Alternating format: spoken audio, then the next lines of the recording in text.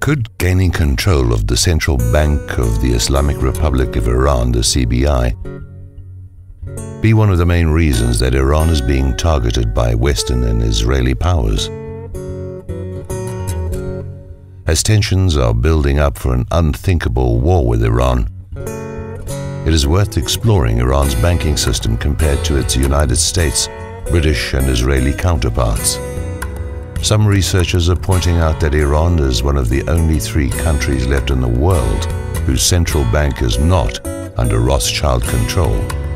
Before 9/11, there were reportedly 7: Afghanistan, Iraq, Sudan, Libya, Cuba, North Korea, and Iran.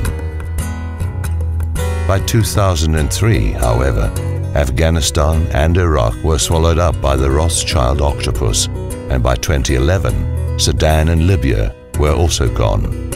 In Libya, a Rothschild bank was established in Benghazi, while the country was still at war.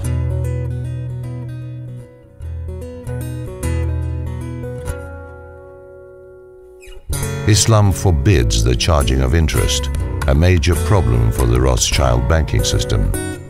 Until a few hundred years ago, charging interest was also forbidden in the Christian world and was even punishable by death.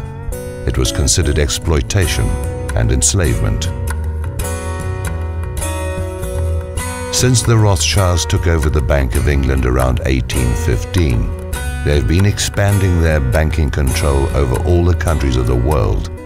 Their method has been to get a country's corrupt politicians to accept massive loans, which they can never repay, and thus go into debt to the Rothschilds' banking powers.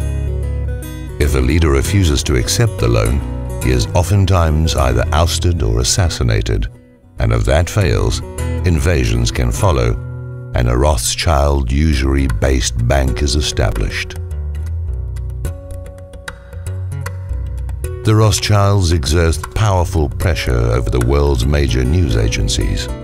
By repetition, the masses are duped into believing horror stories about evil villains. The Rothschilds control the Bank of England, the Federal Reserve, the European Central Bank, the IMF, the World Bank, and the Bank of International Settlements. Also, they own most of the gold in the world, as well as the London Gold Exchange, which sets the price of gold every day.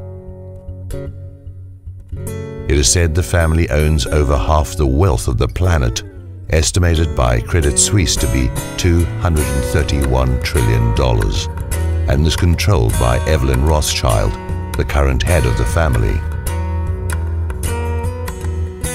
Objective researchers contend that Iran is not being demonized because they are a nuclear threat, just as the Taliban, Iraq's Saddam Hussein, and Libya's Muammar Gaddafi were not a threat.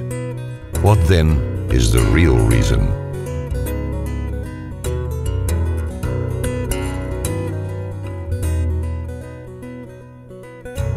Is it the trillions to be made in oil profits?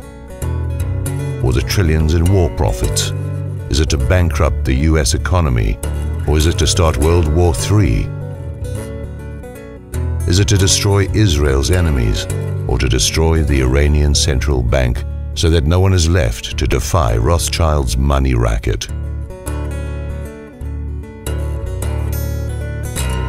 It might be any one of these reasons, or worse.